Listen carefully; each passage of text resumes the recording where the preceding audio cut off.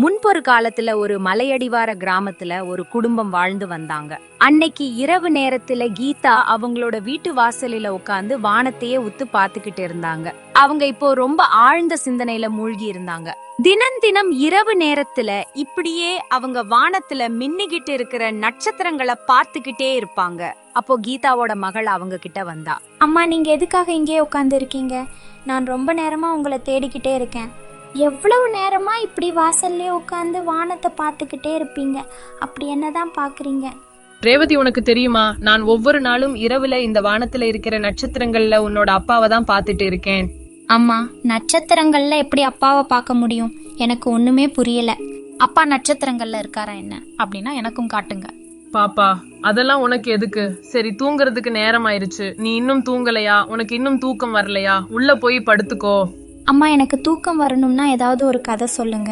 கதை கேட்டாதான் எனக்கு நல்லா தூக்கம் வரும். எனக்கு நிறைய கதை சொல்லுங்க. சரி வா, இன்னைக்கு நான் உனக்கு நம்மளோட கதையே சொல்றேன். நம்மளோட கதையா? அது என்ன கதை அம்மா? நானும் உன்னோட அப்பாவும் வாழ்ந்த கதையை தான் உனக்கு இன்னைக்கு சொல்ல போறேன். அப்படின்னா இன்னைக்கு கதை ரொம்ப அருமையா இருக்கும்னு நினைக்கிறேன். அப்படின்னு சொல்லிட்டு கீதா அவளோட மகளை கூட்டிட்டு வீட்டுக்குள்ள போறாங்க. அதுக்கப்புறம் வீட்டுக்குள்ள போய் கீதா ரேவதி கிட்ட கதை சொல்ல ஆரம்பிக்கிறாங்க. ரேவதி, ரொம்ப காலத்துக்கு முன்னாடி ஒரு நேரத்துல வீட்டுல நானும் உன்னோட அப்பாவும் மட்டும்தான் இருந்தோம். அப்ப நீ பிறக்கவே இல்ல. மாதவன் காட்டுல போய் மரங்களை வெட்டி அந்த விறக கிராமத்துல வித்து அதுல இருந்து கிடைக்கிற பணத்துல வாழ்க்கை நடத்தி வந்துகிட்டே இருந்தாரு. இப்ப மாதவன் போனதுக்கு அப்புறம் அந்த வேலைய கீதா செஞ்சுட்டே இருக்காங்க. மாதவன் இறக்கிறதுக்கு முன்னாடியே கீதாவுக்கு இந்த வேலைய கத்து கொடுத்திருந்தாரு. அப்படி இருக்கும்போது ஒரு நாள் காலையில மாதவன் இப்படி சொல்றாரு. ஏய் கீதா, எங்க இருக்க?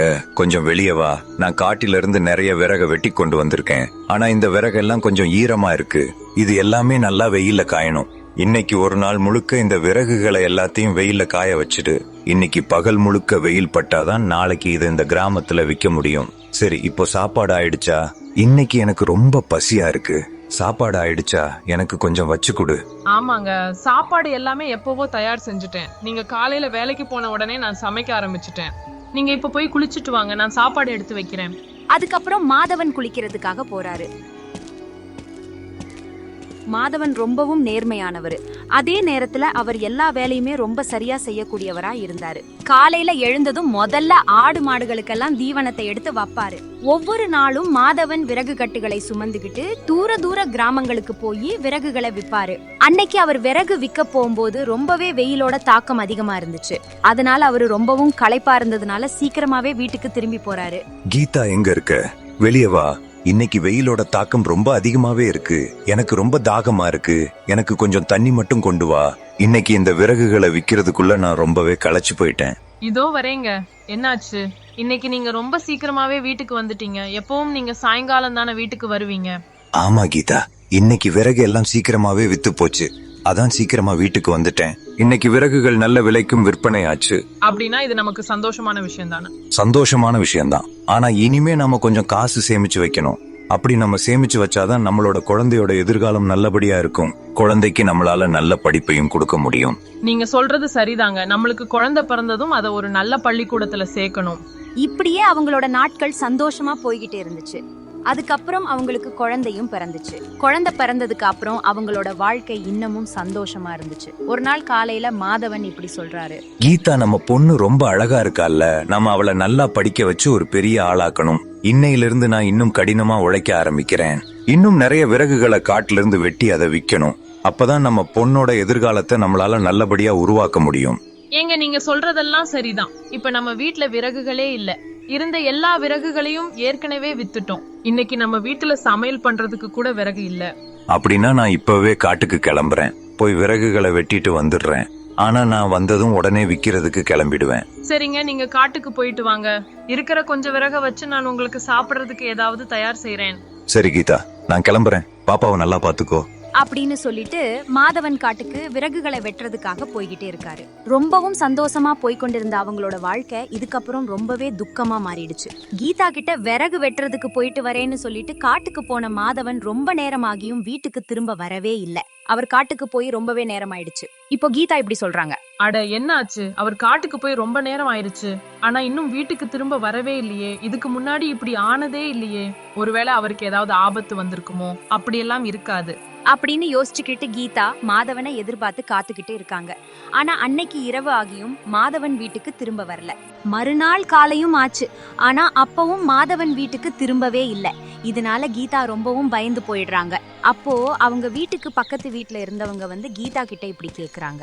ஏ கீதா, மாதவன் எங்க? ஆளையே காணோமே, என்ன ஆச்சு? எங்கேயாவது போயிட்டாரா என்ன? இல்லண்ணா, அவர் வெளியே எங்கேயும் போகல. நேத்து வீட்டுல விறகு எல்லாம் தீந்து போச்சுன்னு காட்டுல இருந்து விறகு எடுக்கிறதுக்காக போனாரு. ஆனா இன்னமும் அவர் வீட்டுக்கு திரும்ப வரவே இல்லை. எனக்கு ஒண்ணுமே புரியல. எனக்கு ரொம்ப பயமாவும் இருக்கு. அவர் ஏன் இன்னும் காட்டுல இருந்து திரும்ப வரலன்னு எனக்கு தெரியல. கீதா, நம்ம ஊருக்குள்ள இப்போ மக்கள் எல்லாரும் ஒரு விஷயத்த பத்தி தான் பேசிக்கிட்டு இருக்காங்க. அதுவும் காட்டுல நடந்த விஷயத்த பத்தி. ஆனா அது நம்ம மாதவன் இல்லைன்னு நினைக்கிறேன். அண்ணா, நீங்க என்ன சொல்றீங்க? எதுவா இருந்தாலும் கொஞ்சம் தெளிவா சொல்லுங்க. எனக்கு ரொம்ப பயமா இருக்கு. சரி கீதா, நம்ம ஒண்ணு செய்யலாம். நம்ம எல்லாரும் இப்போ உடனே காட்டுக்கு போகலாம். அங்க என்ன நடந்திருக்குன்னு நம்ம நேராவே போய் பார்க்கலாம் அப்படின்னு சொல்லிட்டு அவங்க எல்லாரும் கிளம்பி காட்டுக்கு போறாங்க. அப்படி அவங்க காட்டுக்கு போய் பார்க்கும்போது அங்க இருந்த ஒரு மரத்துக்கு கீழே மாதவன் எடுத்துட்டு போன கோடரியும் அப்புறம் கயிறும் கீழே கிடந்தது. இத பார்த்து கீதா ரொம்பவே பயந்து போயிட்டாங்க. அப்போ அவங்களோட பக்கத்து வீட்டுக்காரரான கண்ணன் இப்படி கேக்குறாரு. கீதா, இங்க பாரு, இந்த கோடரியும் இந்த கயிறும் நம்ம மாதவனோடது தானே? ஆமா அண்ணா, இது எல்லாமே என் கணவரோடதுதான். அப்படின்னா நம்ம கிராமத்துல இப்ப மக்கள் சொல்ற விஷயம் நம்ம மாதவனுக்கு தான் உண்மையா நடந்திருக்கு. மாதவனை ஏதோ ஒரு காட்டு விலங்கு தாக்கி இருக்கு. இதனால மாதவன் இறந்திருக்காரு அப்படின்னு கண்ணன் சொல்றாரு. இத கேட்டு கீதா மனசு உடைஞ்சு போயிடுறாங்க. அதுக்கப்புறம் அவங்க எல்லாரும் அவங்களோட வீட்டுக்கு திரும்ப போறாங்க. அதுக்கப்புறம் ரொம்ப நாள் ஆகியும் மாதவன் திரும்பி வராததால கீதாவுக்கு இருந்த கொஞ்ச நம்பிக்கையும் போயிடுச்சு. அதனால கீதா காட்டுல இருந்து விறகுகளை எடுத்து பக்கத்துல இருக்கிற கிராமங்கள்ல வித்து அவங்களோட வாழ்க்கைய வாழ்ந்து வந்துகிட்டு இருந்தாங்க. அப்படின்னு இப்போ அவங்களுக்கு நடந்த கதைய தன்னோட மகளுக்கு கீதா சொல்லிக்கிட்டு இருக்காங்க. அம்மா அப்பாவோட கனவுன்னா ஒரு பெரிய பள்ளிக்கூடத்துல சேர்க்கறது தானே. அப்படின்னா நீங்க என்ன ஒரு பெரிய பள்ளிக்கூடத்துல சேர்ப்பீங்களா? பாப்பா, உன்னோட அப்பா மட்டும் இந்த உலகத்துல இருந்திருந்தா நாங்க உன்னை நிச்சயமா ஒரு பெரிய பள்ளிக்கூடத்துல சேர்த்திருப்போம். ஆனா அவர் போனதுக்கு அப்புறம் இந்த வீட்டோட முழு பொறுப்பையும் நான் தான் பார்க்க வேண்டியிருக்கு. என்னால அந்த அளவுக்கு சம்பாதிக்கவும் முடியல. இப்போதைக்கு உன்னை ஒரு பெரிய பள்ளிக்கூடத்துல சேர்க்கிற அளவுக்கு நம்ம கிட்ட வசதியும் இல்ல. நீங்க ரொம்பவும் கவலைப்படாதீங்க அம்மா. என்னைக்காவது ஒரு நாள் இது எல்லாமே சரியாயிடும். சரி, இன்னைக்கு ரொம்ப நேரம் ஆயிருச்சு, நம்ம தூங்கலாம். அப்புறம் நாளைக்கு சீக்கிரமா எழுந்து விறகு விக்கிறதுக்கு போகணும் அப்படின்னு சொல்லிட்டு அவங்க அன்னைக்கு தூங்குறாங்க. மறுநாள் காலையில அந்த ஊர்ல இருக்கிற ஜமீன்தார் கீதாவோட வீட்டுக்கு வந்தாரு. கீதா வீட்ல இருக்கியா? கொஞ்சம் வெளியே வா. ஜமீன்தார் ஐயா, நீங்களா? இன்னைக்கு எதுக்காக இங்க வந்து இருக்கீங்க? என்னது, எதுக்காக வந்து இருக்கேன்னு என்கிட்ட கேள்வி கேக்குறியா? இந்த வீடு என்னோடது. நான் எப்ப வேணா வரலாம். ஐயா, நீங்க என்ன பேசிக்கிட்டு இருக்கீங்க? எனக்கு ஒன்னும் புரியலையே. கீதா, இப்பெல்லாம் நீ ரொம்பவும் பொய் பேச ஆரம்பிச்சிட்ட. நான் எத்தனை தடவை வாடகை பணத்தை கேட்டுக்கிட்டே இருந்தேன். நீயும் தாரேன் தாரேன்னு சொல்லிக்கிட்டு தான் இருக்க. ஆனா போன 2 மாசமா நீ வாடகையும் கொடுக்கல, வட்டியும் கொடுக்கல. இப்ப என்ன பதில் சொல்ல போற? ஐயா, நான் உங்களுக்கான காசை ஒரு 2 நாள்ல கண்டிப்பா கொடுத்துடுறேன். இந்த விறகை எல்லாம் வித்ததும் உங்களுக்கு வட்டியோட சேர்த்து கொடுத்துடுறேன். நீ எப்ப பார்த்தாலும் இதே மாதிரிதான் பேசிக்கிட்டு இருக்க. இந்த தடவை நான் உன்னோட பேச்ச நம்புறதா இல்ல. அதனால நீ இப்பவே வீட்டை காலி பண்ணிக்கோ.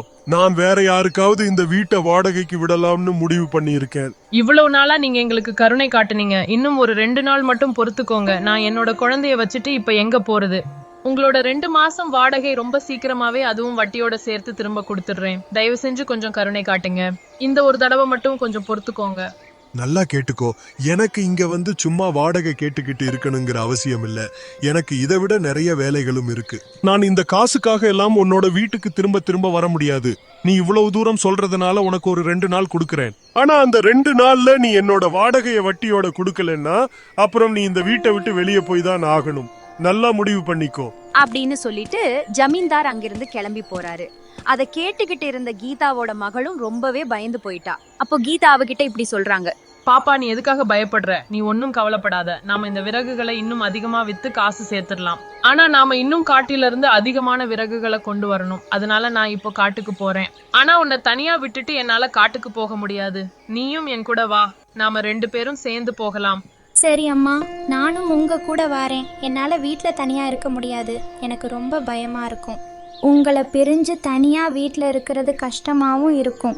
நான் உங்கள் கூட காட்டுக்கு வரேன். உங்களுக்கு என்னால் முடிஞ்ச உதவியையும் செய்கிறேன். அதுக்கப்புறம் கீதாவும் அவங்க மகளை கூட்டிட்டு காட்டுக்கு விறகு வெட்டுறதுக்காக போறாங்க. அங்க போய் ரேவதி ஒரு பெரிய மரத்தை வெட்டிக்கிட்டு இருக்கா. அப்போ கீதா இப்படி சொல்றாங்க. ரேவதி, நீ இப்ப என்ன செஞ்சுக்கிட்டு இருக்க? இது ரொம்பவும் பெரிய மரம். இதெல்லாம் உன்னால வெட்ட முடியாது. அம்மா, இந்த மரத்தை வெட்டினா நமக்கு நிறைய விறகுகள் கிடைக்கும். இது மூலமா நம்மளால சீக்கிரமா அந்த வாடகை காசை கட்ட முடியும்ல? ரேவதி, அதெல்லாம் சரிதான். ஆனா இவ்ளோ பெரிய மரத்தை வெட்டுற அளவுக்கு உனக்கு இன்னும் வயசு ஆகல. நீ ரொம்ப சின்ன பொண்ணு, இதெல்லாம் உன்னால வெட்ட முடியாது அப்படின்னு ரேவதி கிட்ட கீதா சொல்லிக்கிட்டே இருக்காங்க. அப்படி அவங்க விறகு வெட்டிக்கிட்டு இருக்கும்போது அந்த பெரிய மரத்துல இருந்து ஒரு வெளிச்சமும் வந்துச்சு. அப்போ ஒரு வயசான மனிதர் அங்க தோன்றினாரு. திடீர்னு அந்த வயசானவரை பார்த்து ரேவதி ரொம்பவும் பயந்து போயிட்டா.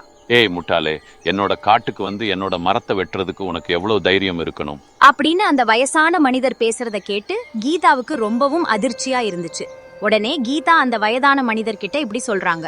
தாத்தா, இந்த பொண்ணை மன்னிச்சிடுங்க. அவ ஒரு சின்ன குழந்தை, அவளுக்கு ஒன்னும் தெரியாது. இது உங்களோட இடம்ங்கிறது அவளுக்கு தெரியாது. தயவு செஞ்சு என்னோட பொண்ணை மன்னிச்சிடுங்க. அவளுக்கு அப்பாவும் இல்ல, நாங்க 2 பேரும் தனியா தான் வீட்டுல இருக்கோம். அதனால எங்களோட வாழ்க்கை நடத்துறதுக்காக கொஞ்சம் விறகுகளை காட்டிலிருந்து எடுத்து விற்பனை செஞ்சுக்கிட்டு இருக்கோம். தயவு செஞ்சு எங்களை மன்னிச்சிடுங்க தாத்தா. நீ இப்படி எல்லாம் சொல்றதுனால நான் உன்னை மன்னிக்க முடியாது. நீ இதுக்கான தண்டனை நிச்சயமா அனுபவிச்சே ஆகணும். உன்னோட பொண்ணுக்கு மட்டும் இல்ல, உனக்கும் சேர்த்து இதுக்கான தண்டனையை நான் கொடுப்பேன். தாத்தா, நீங்க எங்களுக்கு என்ன தண்டனை கொடுத்தாலும் அதை நான் அனுபவிக்க தயாரா இருக்கேன். ஆனா என்னோட பொண்ணுக்கு மட்டும் எந்த தீங்கும் செஞ்சிடாதீங்க. நான் உங்களை கெஞ்சி கேட்டுக்கிடுறேன். சரி, உன்னோட பொண்ணை நீ தண்டனையில இருந்து காப்பாத்தணும்னா அதுக்கு ஒரு வழிதான் இருக்கு. நீ என்ன கல்யாணம் பண்ணிக்கிடணும். தாத்தா, நீங்க ஏன் இந்த மாதிரி எல்லாம் பேசுறீங்க? இப்படி எல்லாம் பேசுறதுக்கு உங்களுக்கு கொஞ்சம் கூட கஷ்டமா இல்லையா? உங்களோட வயசு என்ன, என்னோட வயசு என்ன? அதுலயும் நான் ஒரு விதவை, என் கூட என்னோட பொண்ணும் இருக்கா. அப்படி இருந்தும் நீங்க என்கிட்ட இப்படி கேட்கலாமா? இந்த மாதிரி எல்லாம் பேசுறதுக்கு உங்களுக்கு நல்லா இருக்கா என்ன? ஒருவேளை நீ என்ன கல்யாணம் பண்ணிக்க முடியாதுன்னு சொன்னா நான் உன்னோட பொண்ணுக்கு மரண தண்டனை கொடுப்பேன். அப்படி செஞ்சிடாதீங்க தாத்தா, தயவு செஞ்சு அப்படி செஞ்சிடாதீங்க. என் பொண்ணை தயவு செஞ்சு விட்டுருங்க. நான் உன் பொண்ணை ஒண்ணுமே செய்யக்கூடாதுன்னா நீ என்ன கல்யாணம் பண்ணிக்கிடணும். அதுக்கப்புறம் நாம 3 பேரும் இந்த காட்டுல இருக்கிற என்னோட குடிசையில தான் தங்கணும். இதுக்கு உனக்கு சம்மதம்னா நான் உன்னோட பொண்ணை உயிரோட விடுறேன். அப்படின்னு அந்த தாத்தா சொல்றத கேட்டு கீதாவுக்கு இப்போ ஒண்ணுமே புரியல. ஆனா கீதா இப்போ தன்னோட பொண்ணை காப்பாத்துறதுக்கு இதை விட்டா வேற வழியும் இல்ல அப்படிங்கறதுனால அந்த வயசான தாத்தாவை கீதா கல்யாணம் பண்ணிக்கிடுறாங்க. அதுக்கப்புறம் அவங்க 3 பேரும் அந்த காட்டுல இருக்கிற ஒரு குடிசையில வாழ ஆரம்பிச்சாங்க. ஒரு நாள் கீதா இப்படி சொல்றாங்க. நான் சாப்பாடு செஞ்சு வச்சுட்டேன், நீங்க போய் சாப்பிடுங்க. அம்மா, எனக்கு ஏதாவது கதை சொல்லுங்க. எனக்கு ஏதாவது கதை கேட்கணும்னு ரொம்ப ஆசையா இருக்கு. பாப்பா, தயவு செஞ்சு இன்னைக்கு என்கிட்ட கதை கேட்காதே. எனக்கு மனசு ரொம்ப வருத்தமா இருக்கு. இன்னைக்கு என்னால கதையே சொல்ல முடியாது. உன்னோட அப்பா மேலிருந்து இதெல்லாம் பார்த்துட்டு தான் இருப்பாரு. அவர் என்னை பத்தி என்ன நினைப்பாரு? அவர் இறந்து போனதுக்கு அப்புறம் நான் மறுபடியும் இன்னொரு கல்யாணம் பண்ணிட்டேன். ஆனா அம்மா, நீங்க இந்த கல்யாணத்தை உங்களோட விருப்பத்துக்காக பண்ணலையே, ஒரு கட்டாயத்தினால தானே பண்ணுனீங்க. ஒருவேளை நீங்க அந்த தாத்தாவை கல்யாணம் பண்ணலைன்னா அவர் என் உயிரை எடுத்திருப்பாரே. இந்த விஷயம் அப்பாவுக்குமே தெரியுமே, அப்புறம் ஏன் நீங்க கவலைப்படுறீங்க? ஏய் கீதா, நான் சொல்றது கேக்குதா இல்லையா? எதுக்காக வெளியே உட்காந்து வானத்தை பார்த்துட்டு இருக்க? இப்போ ரொம்ப நேரம் ஆயிருச்சு. சீக்கிரமா குடிசைக்கு உள்ளவா. இரவில காட்டுல விலங்குகள் ரொம்ப அதிகமா சுத்திட்டு இருக்கும். அதனால உங்களுக்கு ஏதாவது ஆபத்து வரலாம் அப்படின்னு சொல்லிட்டு அந்த தாத்தா இப்படி யோசிக்கிறாரு. கீதாவை நான் எவ்வளவு கஷ்டப்படுத்திக்கிட்டு இருக்கேன். அவளோட இந்த கஷ்டத்தை என்னால பார்க்கவே முடியல. ஆனா நான் என்ன செய்யறது? அவகிட்ட உண்மையை சொல்லவும் முடியாது. என்னுடைய நிலைமையை நினைச்சா எனக்கு ரொம்ப கஷ்டமா இருக்கு. ஆனா இதை நான் என்னோட மனைவிக்காகவும் பொண்ணுக்காகவும் தான் செய்யறேன். என்னைக்கு கீதாவுக்கு உண்மையான விஷயம் தெரிய வருமோ அன்னைக்கு அவ ரொம்ப சந்தோஷப்படுவா. இப்ப நான் படுற கஷ்டத்துக்கெல்லாம் நிச்சயமா வருங்காலத்துல எங்களோட வாழ்க்கை மறுபடியும் சந்தோஷமா மாறும்னு நம்புகிறேன். நாளைக்கு காலை வரைக்கும் நாம காத்திருக்கணும். கீதாவை நாம இன்னும் ரொம்ப கஷ்டப்படுத்த கூடாது. அவளோட வாழ்க்கையிலேயே கஷ்டப்படுறது இன்னைக்குதான் கடைசியா இருக்கணும் அப்படின்னு அவர் யோசிச்சுக்கிட்டே இருக்காரு. அதுக்கு அடுத்த நாள் கீதாவும் ரேவதியும் வீட்ல உட்காந்து பேசிக்கிட்டே இருக்காங்க. அப்போ திடீர்னு வெளியே இருந்து அந்த வயசான தாத்தா இப்படி கத்திக்கிட்டே இருக்காரு. ஏ கீதா, நான் சொல்றது கேக்குதா? சீக்கிரம் வீட்டுக்கு வெளியே வா. இங்க வந்து பாரு, என்னோட கால்ல அடிபட்டு இருக்கு. என்னால இப்போ நடக்கவே முடியல. தயவு செஞ்சு எனக்கு கொஞ்சம் உதவி செய். சீக்கிரம் வா, என்னால வலிய தாங்கவே முடியல. எதுக்காக இன்னும் அங்க இருக்கிற? இங்க வந்து எனக்கு உதவி செய். இது உங்களுக்கு தேவைதான். உங்களுடைய கெட்ட செயல்களுக்கான தண்டனை தான் இப்போ உங்களுக்கு கிடைச்சிருக்கு. இந்த தண்டனையை நீங்க அனுபவிச்சே ஆகணும். ஆனாலும் அந்த வயசான தாத்தா வலி தாங்க முடியாம கத்திக்கிட்டே இருக்காரு. அப்போ அதை கேட்டு ரேவதி கீதா கிட்ட இப்படி சொல்றா. அம்மா, நம்ம அந்த தாத்தாவுக்கு உதவி செய்யணும். அவரு ரொம்ப வயசானவர். அவருக்கு இப்போ கால்ல அடியும் பட்டிருக்கு. அவர் நமக்கு நல்லது செய்யலைங்கிறதுனால நம்ம அவருக்கு இப்போ உதவி செய்யாம இருக்கக்கூடாது. நம்ம மனிதாபிமானத்தோட நடந்துக்கணும். யாருக்குமே கெட்டது செய்யக்கூடாதுன்னு நீங்க தானே எனக்கு சொல்லி கொடுத்துருக்கீங்க. அப்படி ரேவதி பேசுறத கேட்டுட்டு கீதாவுக்கும் அந்த வயசான மனிதர் மேல கொஞ்சம் இரக்கம் வந்துச்சு. அதனால அவங்க காட்டில இருந்த சில மூலிகை செடிகளை எடுத்து அத அந்த வயசான மனுஷரோட கால்ல போட்டு விடுறாங்க. அவர் நல்லபடியாக கவனிச்சுக்கிட்டு இருக்காங்க. அப்படி இருக்கும்போது திடீர்னு அங்க ஒரு பிரகாசமான வெளிச்சம் வந்துச்சு. உடனே அந்த வயசான மனிதர் மாதவனா உருமாறிட்டாரு. மாதவன் இப்ப அங்க இருக்கத பார்த்து கீதாவும் ரேவதியும் ரொம்பவே அதிர்ச்சியா இருந்தாங்க. ஏங்க நீங்க எப்படி இங்க வந்தீங்க? என்ன நடக்குது இங்க? எனக்கு ஒண்ணுமே புரியலையே. நீங்க உயிரோட இருக்கீங்களா? என்னோட கண்களை என்னால நம்பவே முடியலையே. அம்மா, இவர் யாரு? உங்களுக்கு இவரை ஏற்கனவே தெரியுமா? கீதா, நீ என்னோட காலை தோட்டதுனாலையும் என்னை ரொம்ப அன்பா கவனிச்சுக்கிட்டதுனாலையும் என்னோட சாபம் முடிஞ்சிருச்சு. அதனாலதான் நான் என்னோட பழைய உருவத்துக்கு இப்போ மாறிட்டேன். என்னங்க சொல்றீங்க? என்ன சாபம்? எனக்கு ஒன்னும் புரியல. இது எதுவுமே எனக்கு சுத்தமா விளங்கல. நீங்க என்ன சொல்ல வரீங்க? கீதா, நான் உனக்கு எல்லாத்தையும் ஆரம்பத்துல இருந்து சொல்றேன். எல்லாத்தையும் கீதாவுக்கு சொல்ல ஆரம்பிக்கிறாரு. அப்போ இப்படி சொல்றாரு. கீதா, நான் வீட்டுல இருந்து காட்டுக்கு விறகு வெட்ட போன அந்த நாள் எனக்கு விறகுகளே கிடைக்கல. எனக்கு கொஞ்சம் விறகுகள் தான் கிடைச்சது. அப்போ மாதவன் இப்படி யோசிக்கிறாரு. அட, இன்னைக்கு நமக்கு வியாபாரத்துக்கு விறகுகளே சேரலையே. இப்போ நாம என்ன செய்யறது அப்படின்னு யோசிச்சுட்டு இருக்கிறப்போ அவரு இப்போ ஒரு பெரிய மரம் அங்க இருக்கிறத பாக்குறாரு. அட, இவ்வளவு பெரிய மரம் இந்த காட்டுல எப்படி வந்துச்சு? அப்படின்னா நமக்கு இதை விட்டா வேற வழி இல்ல. நாம உடனே இந்த மரத்தை வெட்டிடலாம். இதனால நமக்கு நிறைய விறகுகளும் கிடைக்கும் அப்படின்னு யோசிச்சுட்டு அந்த பெரிய மரத்தை அவர் வெட்ட ஆரம்பிச்சாரு. அந்த மரத்துல ஒரு குருவி கூடு இருந்துச்சு. மாதவன் அந்த மரத்தை வெட்டினதுனால அந்த கூடு கீழே விழுந்து சேதம் அடைஞ்சிருச்சு. அந்த குருவி கூடுல இருந்த முட்டைகள் எல்லாமே உடைஞ்சிருச்சு. இப்படி தன்னோட முட்டைகள் எல்லாம் உடைஞ்சதை பார்த்துட்டு அந்த குருவி ரொம்பவும் வருத்தத்துல அழ ஆரம்பிச்சது. அப்போ அந்த வழியா ஒரு முனிவர் வந்துகிட்டு இருந்தாரு. அவர் இந்த குருவி அழுவதை பார்த்து ரொம்பவும் இரக்கப்பட்டாரு. அதே நேரத்துல இதுக்கு காரணமா இருந்த மாதவன் மேல அவருக்கு ரொம்பவும் கோபம் வந்துருச்சு. ஏய் மூடனே, உனக்கு கொஞ்சம் கூட புத்தியே இல்லையா? நீ எல்லாம் என்ன மனுஷன்? உன்னோட சுயநலத்துக்காக இந்த சிறு பறவையோட எல்லா முட்டைகளையும் உடைச்சிட்டியே. இதுக்கு காயமும் ஆகியிருக்கு. இப்போ எந்த குற்ற உணர்ச்சியும் இல்லாம இங்க நின்னுகிட்டு இருக்க. முனிவரே, நான் என்ன செய்யறது? எனக்கு இன்னைக்கு விறகு கிடைக்கலங்கிறதுக்காகத்தான் நான் இந்த மரத்தை வெட்ட ஆரம்பிச்சேன். ஆனா இந்த மரத்துல குருவி கூடு இருக்குத நான் பார்க்கவே இல்ல. இது நான் வேணும்னு தெரிஞ்சே செய்யல. நான் இதை கஷ்டப்படுத்தணும், அதுக்கப்புறம் இதை உடைக்கணும்னு என்னோட மனதளவுல நினைக்கவே இல்ல. இது நான் தெரியாமல் செஞ்சுட்டேன். ஏய் பாவி, உனக்கு கொஞ்சம் கூட புத்தியே இல்லையா? காட்டுக்கு வந்து பெரிய பெரிய மரங்களை வெட்டுறது தவறு என்பதை நீ உணரவே இல்லையா? முனிவரே, என் மேல கோவப்படாதீங்க. நான் இந்த காட்டுல இருக்கிற மரங்களை வெட்டலைன்னா என்னோட மனைவிக்கும் குழந்தைகளுக்கும் சாப்பாட்டு சாப்பிடுவதற்கு நான் என்ன செய்யறது? என்னோட வாழ்வாதாரமே இந்த காட்டை நம்பிதான் இருக்கு. நான் மரத்தை வெட்டி விற்பனை செஞ்சாதான் எனக்கு பணம் கிடைக்கும். அந்த பணத்தை வச்சுதான் என்னோட வீட்டு செலவுகளை நான் பார்க்க முடியும். என்ன மன்னிச்சிடுங்க அப்படின்னு சொல்லிட்டு மாதவன் அந்த முனிவர் கிட்ட மன்னிப்பும் கேக்குறாரு. ஆனாலும் அந்த முனிவர் ரொம்பவே கோபத்தோட இருக்காரு. அதனால அவரு இப்படி சொல்றாரு.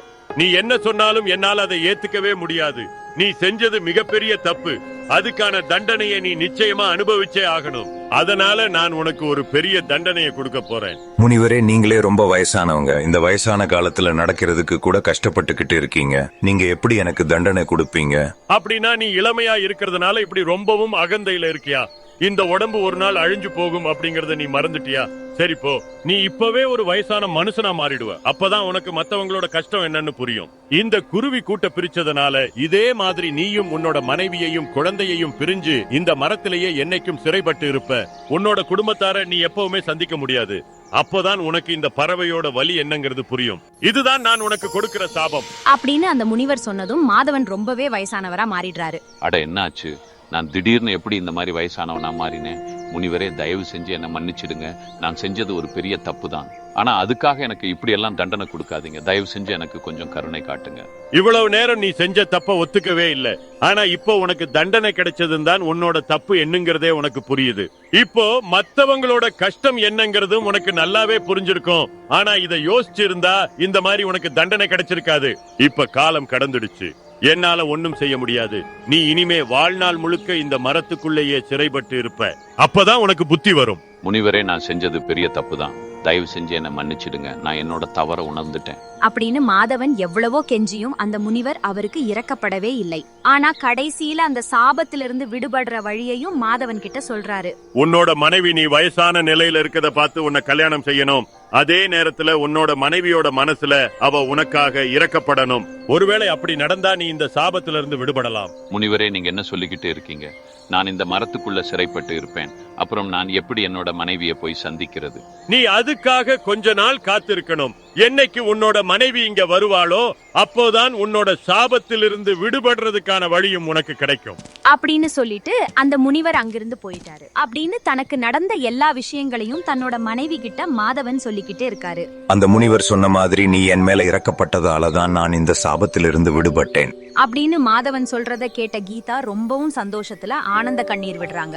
கீதா, நான் இப்ப திரும்பி வந்துட்டேன். இனிமே நம்மள யாராலையும் பிரிக்கவே முடியாது. இதுதான் நம்மளோட நிஜமான வாழ்க்கை. நம்ம பொண்ணுக்கு நாம நல்ல எதிர்காலத்தை உருவாக்கணும். அப்புறம் மாதவனும் கீதாவும் அவங்களோட குழந்தையோட மறுபடியும் ஒன்னா சேர்ந்து சந்தோஷமா வாழ ஆரம்பிச்சாங்க. மாதவன் தான் அனுபவிச்ச அந்த கஷ்டங்கள்ல இருந்து ஒரு பாடத்தை நல்லாவே கத்துக்கிட்டாரு. அதுக்கப்புறம் அவர் எப்பவும் இயற்கையை மதிக்க ஆரம்பிச்சாரு. அதே நேரத்துல காட்டில இருக்கிற விலங்குகளையும் பாதுகாக்க முயற்சி செஞ்சாரு. நண்பர்களே, இந்த கதை பிடிச்சிருந்தா ஒரு லைக் பண்ணிக்கோங்க. இது மாதிரி சிறந்த கதைகளுக்கு நம்ம சேனலை சப்ஸ்கிரைப் பண்ணி அடுத்தடுத்த எபிசோட்ஸ்ல ஜாயின் பண்ணிக்கோங்க. கூடவே அந்த பெல் பட்டனையும் கிளிக் பண்ணிக்கோங்க.